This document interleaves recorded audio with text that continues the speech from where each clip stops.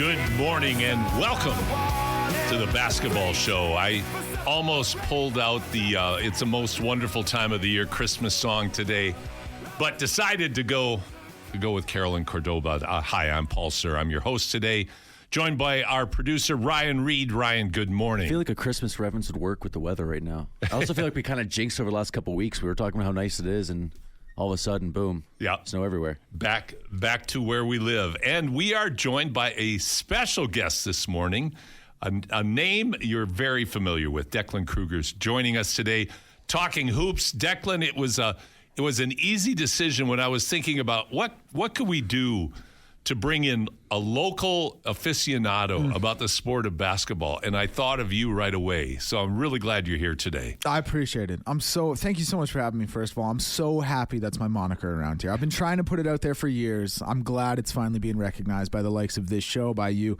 Really, really appreciate it, and really, really happy to be here. Well, honestly, Declan, I hear a lot of people talk about basketball, obviously, and the number of, we're in a city where basketball is growing as it is across Canada and around the world, actually. But, when I'm talking to people, their knowledge is quite spotty because let's face it, we're a hockey city. Yes. And a hockey culture. And I think that's significant. It's a hockey culture that we have in our country.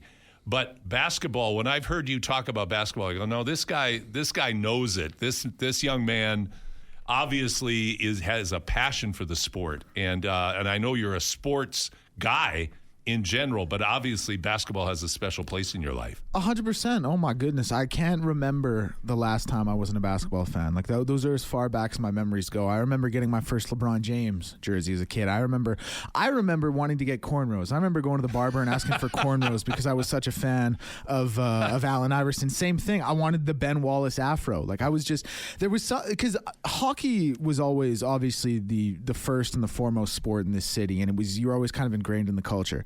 And, everyone listening, close your ears a little bit. I always found hockey a little bit boring. But the pace of basketball, especially the physicality, obviously it's not physical like hockey, but the physicality, even in the early 2000s when I was first getting into it, was just something it was so different. It was so new. The pace was so great for me. And I just, obviously fell in love with the sport immediately and been a fan ever since. Well, and Declan, we have a lot to talk about today. So first of all, let's get started with our poll question. We're going to make the poll about the NBA. I'm sure over the next couple of weeks we'll be switching over to March Madness. But Ryan, share our poll question and how people can vote. On Twitter at basketball_show, we're saying what surprise team in the NBA will go the furthest in the playoffs? We have the Pistons, the Knicks, the Rockets, and the Memphis Grizzlies. And by the way, our text line is 833-401-1440. Questions, comments, thoughts, make sure you feel that you can share those with us. We'd love to get your questions on the air. Let's talk about that question just for a second here, guys, and put some context on it. First of all, I think, would you agree with this? Without question, the biggest surprise this year, going away from the historic seasons of Cleveland and OKC, but the biggest surprise in the pack of the NBA has to be the Detroit Pistons. They lost 29 games in a row last year. And, the turnaround has really been remarkable, hasn't it, Ryan? Cade Cunningham is, I don't think he should win Most Improved Player of the Year just because he's just a young player growing, but he should be borderline All-NBA, I think, and I think they can win a playoff series. Declan, would you agree with that? I look at that matchup versus the Knicks, and we know the stats about the Knicks. The Knicks are 0-9 versus the teams that are the top 2 seed in each conference. But beyond that, if you look at the numbers for Karl Anthony Towns, his numbers from those teams outside of the top 2 seedings in each conference to the teams that are in the top 2, he drops about 10 points a game. His field goal percentage is down about 8%. Detroit's clearly not in that conversation, but JP Bickerstaff is such a master game planner. He did great with Cleveland. He's done great with Detroit. He is a hell of a head coach, and he gets these guys, he gets this team up for the big moments. And I look at a series like that. Again, we talked about the numbers. It's top 2 seeds for the Knicks.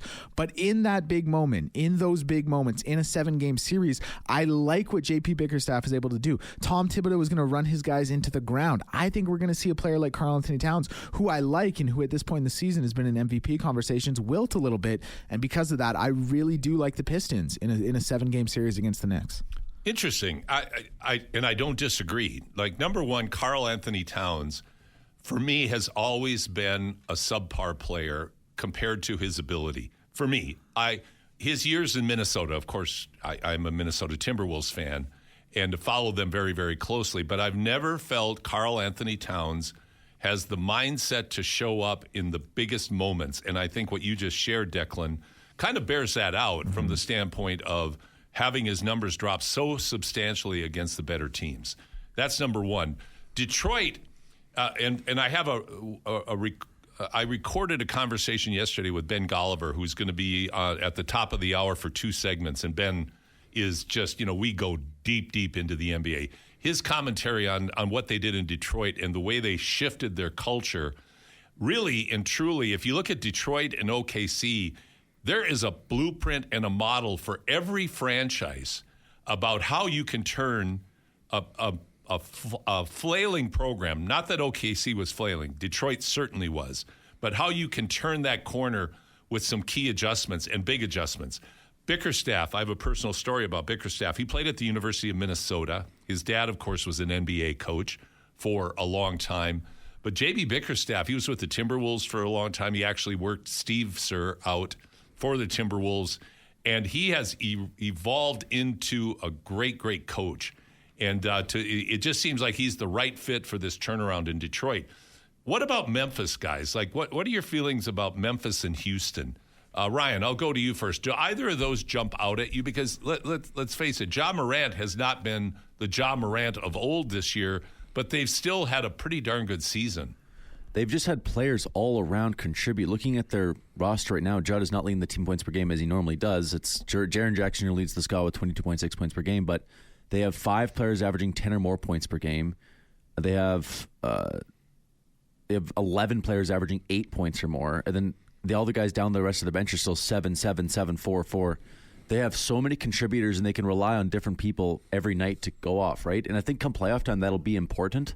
I wouldn't be surprised if they win a round, or maybe not a surprise at this point, but win a round or 2. Yeah, that very well could be. How about you, Declan? Just matchup-wise, I don't see it. Like that first-round matchup, if it's the Lakers, if that's the 4-5 matchup, as good as Jaren, defensive player of the year, obviously, at the rim, on the perimeter, I don't think they can hang with Luka and LeBron. And I just think another thing is this team, they're still young, and they're still green, and they're still a little immature. Like, we know the issues Ja Morant has had.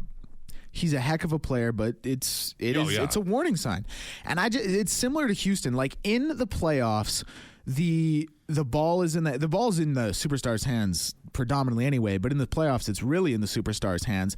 I don't trust Alperen Sengun or Jalen Green or Fred VanVleet the way I would with a Steph Curry NBA champion Fred VanVleet or a Jimmy Butler in that 3-6 matchup. I don't trust Ja or Jaren Jackson Jr. with it the way I do LeBron and Luka. I think these are great seasons. I think these are regular season teams. I don't like how they translate to playoff basketball. That dreaded term, the regular season team, which is the bane of so many there's so many gravestones and crosses along the roadway of great regular season teams that just aren't able, for whatever reason, to show up in the playoffs. That Atlanta Hawks team in 2015, they had 4 All-Stars. They had Kyle Korver making an All-Star game because they had 60 wins. Damari Carroll was in the starting lineup, then got that huge contract with Toronto. Yep. Same thing, 60 wins and out in 4 to the Cavs. It's a rare combination when you get everything to click at the right time going into the playoffs to be able to take your team to the promised land, and that's why there's only one NBA champion. And for teams like this that have a great regular season and they're building, what it does do, though, and what I do like about it, is this year we have truly the most interesting blend of teams that were unaccustomed to being this successful. Houston, by the way, has a big deficit in their ability to shoot the three, so I don't think that's going to translate well in the playoffs either. Let's go to 3 from deep. March Madness is here. This, I think, for a lot of people, certainly maybe the group in here, I think it's the greatest sporting event of the sporting calendar year, just in its totality, its ability to capture sports fans and interest. What I also think is so great about it is the way they've been able to frame it at the NCAA level, which, and I'm not sure it's the NCAA marketing people, if it's CBS that carried them for all those years, but the one shining moment theme, the ability to have teams that you've never heard of show up and have their one shining moment and lay everything on the line. I think that's what makes college basketball, for both men and women, such a unique basketball game. And now all of a sudden you've got 68 men's, 68 women's teams plopped down, and in 2.5 weeks, this is all going to be over. And it's going to start, I believe, on Tuesday, and in 2 weeks from Tuesday, it's going to be done. What do you think, Ryan? Is that a fair summary? Best sporting event collectively, or would you go with something else? I think it's the best sporting event to get people that don't have a clue what's going on into it. I feel like when I was in high school, or not in high school, like even elementary school, they'd come in with the brackets and you fill it out on paper, and everybody would do it, no matter if you know basketball or not. And you just say, and honestly, most of the time, randomness was better picks than like strategic, because just how random it is, right? I felt like it was a good gateway to get people into basketball, and you don't have to understand basketball to be able to bracket and still cheer for the teams that you follow, right? So I think just entertainment-wise, it feels like more entertainment than it is sport to some people, and I think that's the beauty of it. Yeah, that's good points. How about you, Declan? I think it's said perfectly. The cultural phenomenon surrounding it is just like something we don't see. There is not a person on this earth who hates sports more than my girlfriend. And she cannot wait to fill out a bracket because she loves picking it, whether it's based off the color scheme or off the mascot. I remember last year she had 2 Bulldog teams. I forget who it was. Maybe it was Yale and Drake or something like that. And she said, I wish they could both win because I want the Bulldogs to win. It's things like offices get going for it. Ryan made the point. In high school, I remember my teachers putting it on the TV. Like, it is just so ingrained into pop culture in the best possible way. The only thing I think that rivals it is the World Cup, and that's obviously once every 4 years. Absolutely. And for those of us who are not huge soccer fans, the World Cup doesn't really even exist. For those that are into the sport, which is most of the world, it is exactly as you just described it. You know what I find interesting, guys, and this will be my comment on Canadian sports culture. Why do we have nothing even resembling that?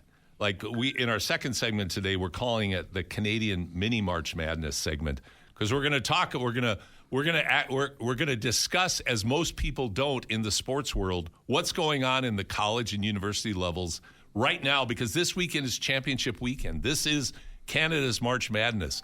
How come we can't even get like 1% of what March Madness is south of the border? Well, it's just the marketing, and I think it's the sample size of everything. I think there's potential, obviously, for it to grow, but I don't think it ever gets to the level of March Madness just for the. You know, that's so interesting you say that, because we moved to Canada in 1986, and I thought at that time there's room for this to grow, and it hasn't grown a bit, to be honest. It's still it's a non-factor in terms of where people's interests are, but. And I don't mean that. I don't mean that in really an over derogatory way. I just mean it. That's just the way things are. People don't give a rip about Canadian University on the large scale. There's a lot of efforts being made. I mean, I coached in the college ranks for a number of years, and it's fun basketball. It's good basketball. It just doesn't have the roots that you have down in the States. Declan, is there any way? Let's say a marketing firm came in and a big corporate sponsor came in and said, we're going to fund this. We're determined to turn this around. Could it even happen? Well, I think one of the biggest hurdles it would have to overcome, and this is one of the reasons we see college basketball so huge in the States and college football so huge in the States, similar to what I just talked about. It's ingrained in their culture. Like, college sports are so much a part of who a person is, who an American is, far more substantially than we as Canadians feel. Like, Joel Klatt, who's a college football analyst I really enjoy, he talks about the reason it's so big is because these are your formative years where you form who you are as a person, and it was where your dad went, and it was where your grandpa went, and it's just a historic cultural lineage. And we don't have it to that same extent here in Canada. Obviously, a big part of it is the hockey as well. Like, we're a hockey town, we're a hockey country. But I still think people don't truly understand how ingrained college sports are into American culture, and we frankly just don't have that. And I think, like I said, I think that's the biggest hurdle it would have to overcome. We're going to come back to that thought because that's a good point. But 2 thoughts that I had. When we moved to Edmonton in 1987. It was in August. And I was driving around, and I turned on the radio. I was flipping around on the dial, and I found Brian Hall. Then I found John Short. But I'm listening to these great, like huge, iconic figures. But I'm going, my God, it's August, and they're talking about hockey like everything. And I remember Hall, who was a very abrasive dude, but at times in his interview style, and I kind of enjoyed that. But then I remember him talking about some 6th-round draft pick from 5 years ago and what he was doing now. And I go, it's August 14th, and you're talking about that. And I thought, man, this is different. This is really different. And I went to Golden Bear basketball games and really enjoyed it. There were some great teams. But I thought, this is going to change. And you know what? I would associate exactly what you just described, Declan, to what it is in Canada. It's culturally ingrained. It goes far, far deeper than the game and the sport and even the tradition. It's a cultural, almost DNA thing. Almost religious to some extent. 100%. 100%. So, but going back to your point and not understanding how deep and rich this goes, one of the things, though, that I was curious about, and I want your takes on this, is the effect that the transfer rules would have and the NIL money now. And, to put the NIL money in perspective, there was a young man this past week who had transferred. I think this was his 3rd or 4th school, and I can't remember his name or the school he played at. But he was at a press conference, and he started crying because he made $1 million this year, and he didn't carry his team to the conference finals. And then I read about Paige Beckers now is making about $5 million this year playing college basketball. Now, I was curious about the NIL and the transfers and the effect that it might have on the culture and on March Madness. Would people embrace it? And you know what? I don't think it's not only has it skipped a beat, it's actually making it even more interesting because of the way players are moving around and the way teams are changing their successful outcomes. It kind of feels like what the NBA has done in recent years too, or like the player empowerment thing, where I'm just going to play where I want to play. Yeah. Back earlier on, maybe even in the early 2000s, you commit to a college and you play 4 years, and I know something went seriously wrong, right? Right. But now it's like if something goes wrong in year 1, off I go. Like that's it. Well, and not only is it, your coach leaves. And I always thought that was unfair. You get recruited by a guy, you get there, a year later, he's gone. The new guy doesn't like you, is going to recruit over you or around you or just out and out release you. You had to go and sit out a year somewhere else. That's all changed. I could get that, but then you add the money factor in. How about you, Declan? What are your thoughts on that? Well, one thing Jay Wright said about NIL after last year's tournament that I tend to agree with, and that another reason first of all, I'm very happy to see the athletes get paid. I've always wanted to see the athletes get paid. I like that they have freedom now. I like that they're not restricted by NCAA eligibility rules, things like that. But Jay Wright made the point that, like John Calipari, who kept building his team on the backs of one-and-done freshmen and was able to cap out, I guess. He only won the one championship, but we'll say, for the purpose of the argument, cap out because of that and have a good team year after year. With the introduction of NIL, you see these players sticking around longer. And Oakland last year, with a guy like Jack Golke, was a perfect example. Jack Golke wasn't in Gatorade commercials. Jack Golke wasn't doing ads for New Balance. But Jack Golke was probably getting a lot of pocket money from, where it was Oakland, Ohio, or Oakland, Illinois? Oakland, Michigan. Oakland, Michigan. Okay, yeah. He was probably getting a lot of money from a car dealership around Oakland, Michigan to stick around there and stretch it out for 4 years. He was probably getting some great perks at a restaurant. The teams in that situation now can build teams, and they can have players stay around longer, and they can build real legitimate programs that can now compete because we're past the era, or moving past the era, of one and done basketball. And I think that's great. And I think that's why that's why we saw, a team like NC State go on a run. I know NC State comes out of a power conference, but they're not a Duke, Kentucky, whatever. That's why, San Diego State, Florida Atlantic. It was a bit, they didn't go as deep, but like a Drake team that's consistently a 30-3 team. Because now you can pay these guys to play, and they're going to stick out their entire 5 years and actually build a program. And I think it's great. I think it's awesome, and I'm all for it. Well, and what's cool about it is, every player isn't making $1 million, but there's somebody like Golke from Oakland, he might have been making 40 or 50,000 bucks, but that's 40 or 50,000 bucks you never would have made before. And now the money is just getting deeper and what's going to be interesting is the NCAA is going to have to respond in some way because, for instance, Brigham Young University, which has a great sports tradition, and just defeated my Iowa State Cyclones, so I'm pretty ticked about that. I'm pretty choked, but Iowa State was gunning for like a 2 seed too. If they'd done well in the Big 12 tournament, they had 2 starters out. But BYU's tough.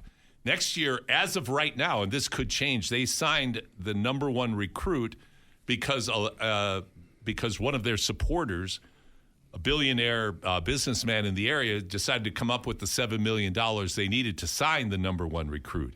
So the NCAA is going to have to address that. They're also going to have to address Power Conference, the 1A, the Division 1A and the Division 1AA idea, just like they have in football as well. So we're going to see some changes and evolution over the next while. We're going to take a break right now. I am going to ask Declan if he can stay around for the next segment as well. If he can't, we understand. He just doesn't care. But if he can, that would be great. And you're listening to The Basketball Show. And when we come back, we're going to talk Mini March Madness in Canada. You're listening to Sports 1440. The great Bob Seger, Against the Wind. If you ever are on Spotify, check out some of Seger's songs because, my gosh, the guy had some unbelievable hits. Here we are. It's time, Marian, March Madness. Before we dive into that, let's talk about our poll, though, and see what the results are. Memphis Grizzlies lead the pack so far, 42.9% of the vote for which surprise team in the NBA will go the furthest in the playoffs. The New York Knicks are second, 28.6%. The Houston Rockets are third with 19%, and the Pistons are fourth with 9.5% of the vote. God, we have a smart audience, because when you look at when you really balance it out, which team has the potential to go deepest into the playoffs, you really would have to say it is Memphis because even though Ja Morant has been subpar, he still has massive games. The other night he had 44. So he can still break out. And if Ja Morant finds his rhythm by the time playoffs come, and that goes to our first segment conversation, it's not so much what you do during the regular season, it's what you find when playoffs come along. That's where I disagree with Declan from earlier where it's easy for you to say no. Yeah, I know. I waited for him to leave. I'm sure he's listening now. But if they get the Lakers first round, sure, I would take the Lakers over them. I think the Lakers are actually going to move up, and it might end up being a Rockets-Grizzlies first round. And if that's the case, I would lean Grizzlies. And if it was Grizzlies and Timberwolves first round, I would lean Grizzlies too. Warriors and Lakers, I would lean Warriors and Lakers over the Grizzlies in the first round. But I think there are 2 matchups for the Grizzlies that would be favorable for them. And I would disagree with you on the Wolves because the Wolves are playing really well right now. So are the Grizzlies. So are the Grizzlies. Yeah, they both are. It would be a great matchup. I agree with you. That would be a really great matchup. Boy, what a nightmare to be in the play-in game. One game. You tell me about it. I'm a Kings fan. I know. Oh, I know. You've lived the nightmare. Every single year it's been in the league, yeah. 2 straight years, probably now 3 straight years in a row will be the Kings in the play-in. Kings, the Kings, boy, they're enigmatic. I feel for the Kings. It's like every time they get 2 or 3 or 4 games above 500, there's an injury, something happens, and they just start. We trade our franchise player. Yeah, something like that. Happens. Well, yeah, but Fox, he was hurt. I mean, Also, we weren't in the play-in 2 years ago. I was wrong. We were the 3 seed, remember? We lost to the Warriors in 7. Just a quick correction. Yeah, well, I know anything that relates to the Kings, I'm going to get corrected on. No, I said that. I was correcting myself. Okay, so good. There we go. Yeah, just got to keep myself honest here. Yeah, you do that all the time, Ryan. So that's just great. I think just a final NBA playoff comment would be, the play-in game, my God, what a nightmare. One team, you see it in Major League Baseball as well. The one and done, my God, that in pro sports, you just don't hear of that. But I do think it creates an interesting dynamic in a league that really values 7-game playoff series. They used to have a 5-game playoff series. Heck, they even had a 3-game playoff series at one time. And they've gone back to the 7 games. But now to have that one opportunity to move forward after a long 82-game season, man, great for the winner, but extremely cold and cruel to the loser. I was just looking up when they stopped the 3-game 3-game format for 3-game series, and it was in the 60s is when they stopped doing that. So you just need more games, I feel like, to get the true winner. I feel like basketball is one of those sports where the best team typically wins, right? In hockey, it is still best of 7 series, but it feels like anyone can win the games. But in basketball, it feels less random. It still feels like the best team wins when the best teams win. So I'd like the 7-game. I love it. I do too, and I agree with you about the difference between hockey and basketball, because hockey, unlike basketball, particularly, and this is from pardon me, everybody who's a big hockey fan, because I'm not going to sound intelligent, nor do I claim to have any expertise whatsoever, other than, as I've stated many times, I think hockey athletes are the toughest athletes in the world. But a goaltender can change everything.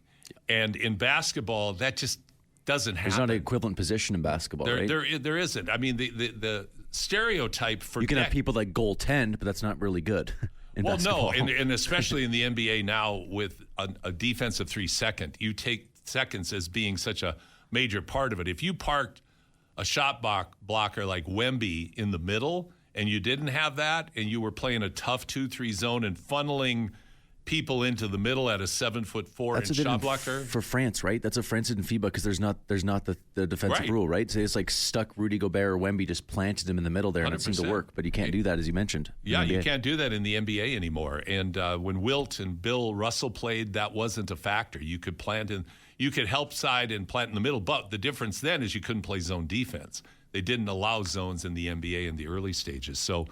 But I digress. Let's go back to March Madness in this past week. And you're listening to the basketball show, Ryan and Paul here on Sports 1440.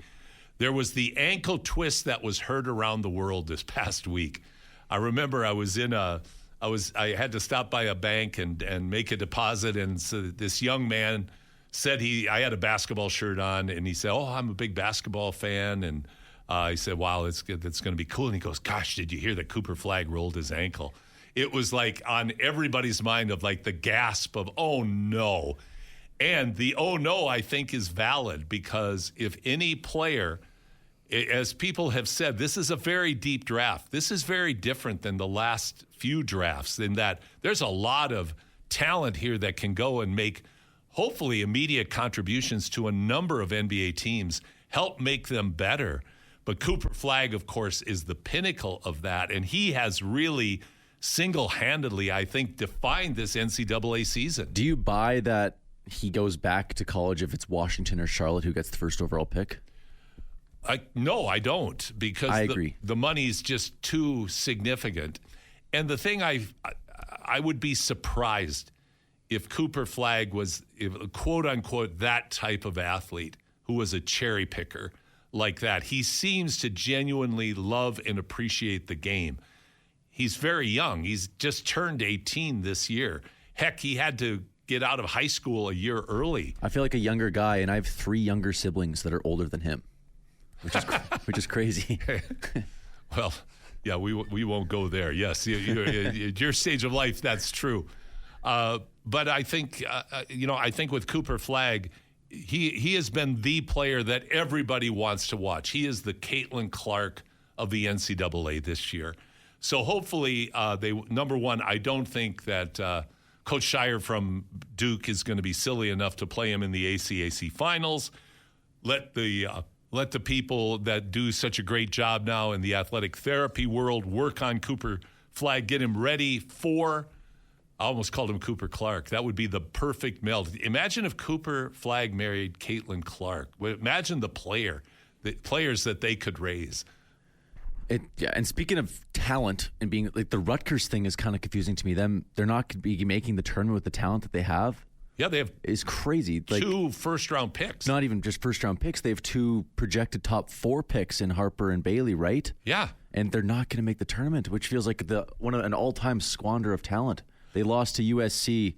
For those they're well outside the tournament bubble, they lost to USC, and they're out, which just feels ridiculous. Like, you can't. In the Big Ten tournament, they lost to USC 97-89, and they're not in it.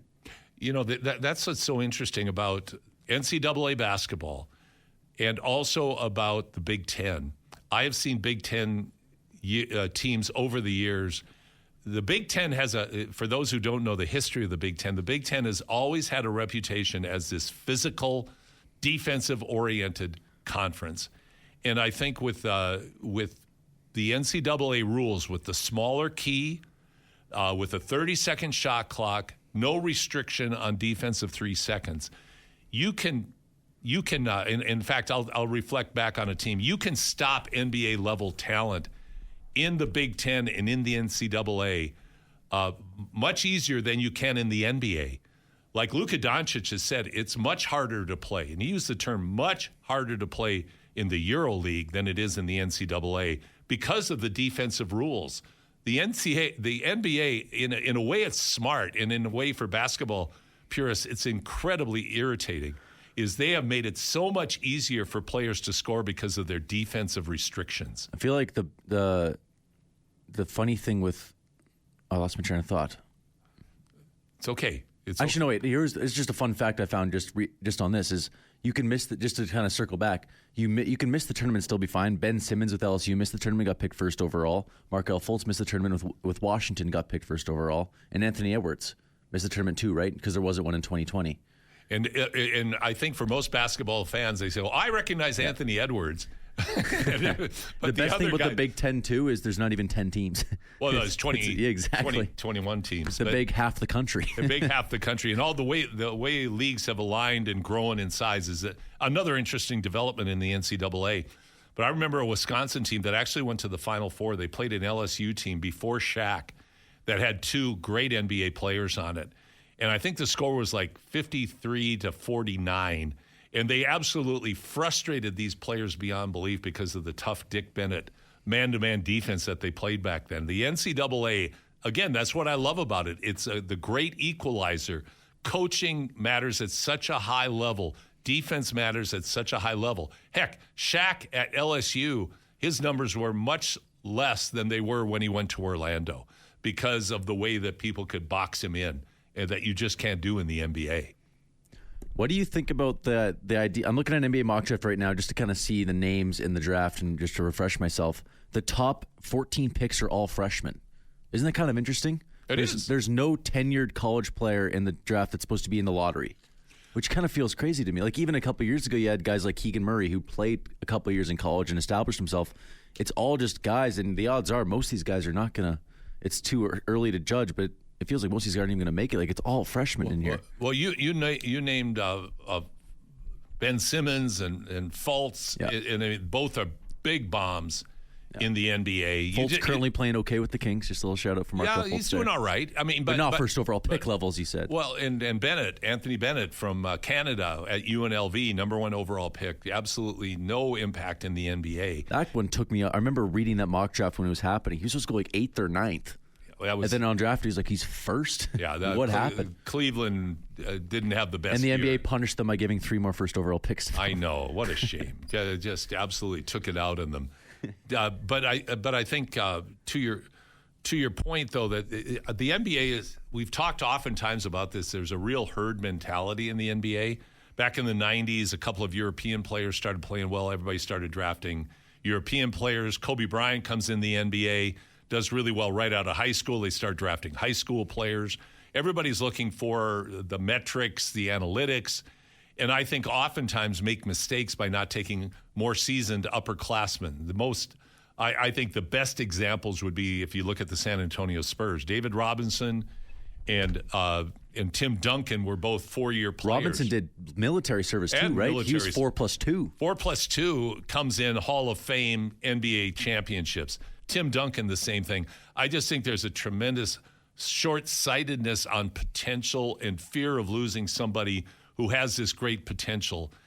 And it always is a roll of the dice, whether a team's going to be able to draft somebody that's going to step in. Look at Jokic. He's a second-round draft pick. I mean, my God, if there's ever drafted during a Taco Bell commercial. Yeah, absolutely. His name just popped up during the commercial. Yeah, absolutely. It's amazing.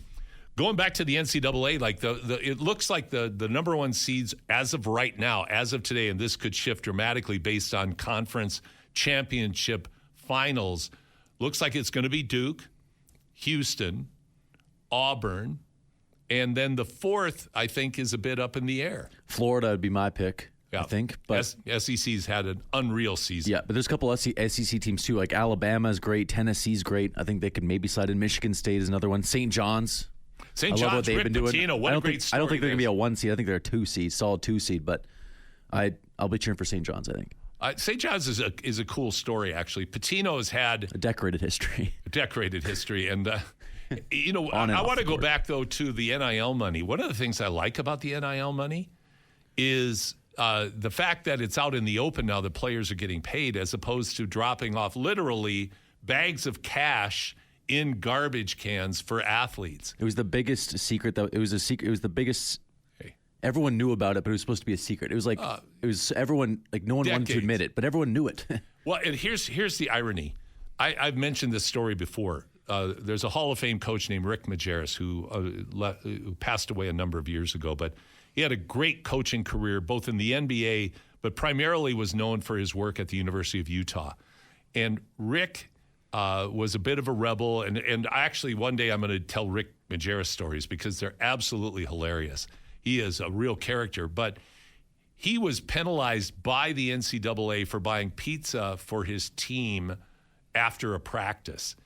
And in the meanwhile, Chris Webber and the Fab Four at Michigan are driving Mercedes-Benz around campus. I know personal stories of players that were driving BMWs, living in penthouse apartments down by the. I did that in college too. That's very normal. Well, it is. Well, when you were in Canmore, I heard that you had a penthouse down by the River Valley. Of course. Yeah, Drabiak. Yeah. I know he was just cheating and putting Tim Hortons cards in your boots every day. But I think with. I just think that, at least it's out in the open and at least players are getting paid fairly and that they can go out and compete like business people using their name, image, and likeness as an asset as opposed to colleges and universities taking full advantage of it. I'm really curious about the Big Ten, how they'll do this year. Michigan State's very tough. They square off against Wisconsin later this morning. The Tennessee-Auburn game will be great. That's at 11 o'clock today. That's on ESPN as well. But there's some great Alabama, Florida. Holy cow. SEC, Southeast Conference. My gosh, not just your mother's and father's football conference. Real ramifications for that one too, for the 1 and 2 seed. For if you want a 1 seed or not, or 2 seed, right? Absolutely. And some of the other great games today are also. You look at Creighton against St. John's. I don't think Creighton can beat St. John's. But Creighton they're always sneaky, it feels like. They're always around. They always win a game or two in March Madness, it feels like, whether they're 11 seed or 3 seed or I think they won as a 14 seed. Doug McDermott's their head coach there. He does a great job. His son plays in the NBA. For the Kings. That's right. Shooter. There we go. A great player in Iowa growing up. But yeah, it's just so many great games to watch today. The lead up to Selection Sunday is really interesting. Now here's a great game. Tonight, 6:30, ESPN, Louisville versus Duke. Louisville's tough. Duke without 2 starters, including Cooper Flagg. They'll be in tough to beat Louisville tonight. What'll be interesting is to see how the suits in the Selection Sunday boardrooms are going to be able, if Duke were to lose, how they would view that loss, given that Cooper Flagg's not playing. I still think you could not justify not having Duke be a number 1 seed, even if they lose tonight. According to ESPN here, ESPN prediction says per ESPN's basketball power index, Louisville has a 13.8% chance to win. So it feels like Duke's the heavy favorite, but I'm not sure. I think they're taking into account Cooper's injury. They might. I still feel like I think that's unfair to Louisville still. Well, it might be, but odds makers, I mean. The nice thing with the percentages, you can, as long as it's not 100, you can put whatever you want. Because you can justify it if they lose. It's like, I didn't say 100. That's right. Here's a cool game. It's on ESPN2 tonight. Grand Canyon State against Utah Valley. These are 2 really good basketball teams. And I think if anything that I appreciate the most about the NCAA tournament is it brings into focus for the brief moment teams like this for eyes to be on during the conference championships leading into March Madness. Really good basketball teams. So lots to look at.